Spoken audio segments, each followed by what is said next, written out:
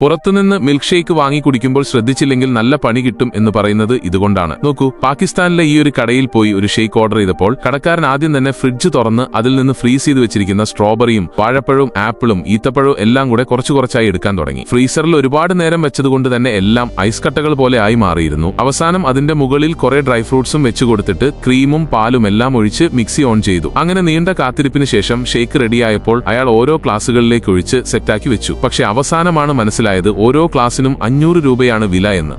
പുറത്തുനിന്ന് milk shake വാങ്ങി കുടിക്കുമ്പോൾ ശ്രദ്ധിച്ചില്ലെങ്കിൽ നല്ല പണി കിട്ടും എന്ന് പറയുന്നത് ഇതുകൊണ്ടാണ്. നോക്കൂ, പാകിസ്ഥാനിലെ ഈ ഒരു കടയിൽ പോയി ഒരു ഷേക്ക് ഓർഡർ ചെയ്തപ്പോൾ കടക്കാരൻ ആദ്യം തന്നെ ഫ്രിഡ്ജ് തുറന്ന് അതിൽ നിന്ന് ഫ്രീസ് ചെയ്ത് വെച്ചിരിക്കുന്ന സ്ട്രോബെറിയും വാഴപ്പഴവും ആപ്പിളും ഈത്തപ്പഴവും എല്ലാം കൂടെ കുറച്ചായി എടുക്കാൻ തുടങ്ങി. ഫ്രീസറിൽ ഒരുപാട് നേരം വെച്ചതുകൊണ്ട് തന്നെ എല്ലാം ഐസ് കട്ടകൾ പോലെ ആയി മാറിയിരുന്നു. അവസാനം അതിന്റെ മുകളിൽ കുറെ ഡ്രൈ ഫ്രൂട്ട്സും വെച്ചു കൊടുത്തിട്ട് ക്രീമും പാലും എല്ലാം ഒഴിച്ച് മിക്സി ഓൺ ചെയ്തു. അങ്ങനെ നീണ്ട കാത്തിരിപ്പിന് ശേഷം ഷേക്ക് റെഡിയായപ്പോൾ അയാൾ ഓരോ ഗ്ലാസുകളിലേക്ക് ഒഴിച്ച് സെറ്റാക്കി വെച്ചു. പക്ഷെ അവസാനമാണ് മനസ്സിലായത് ഓരോ ഗ്ലാസിനും 500 രൂപയാണ് വില എന്ന്.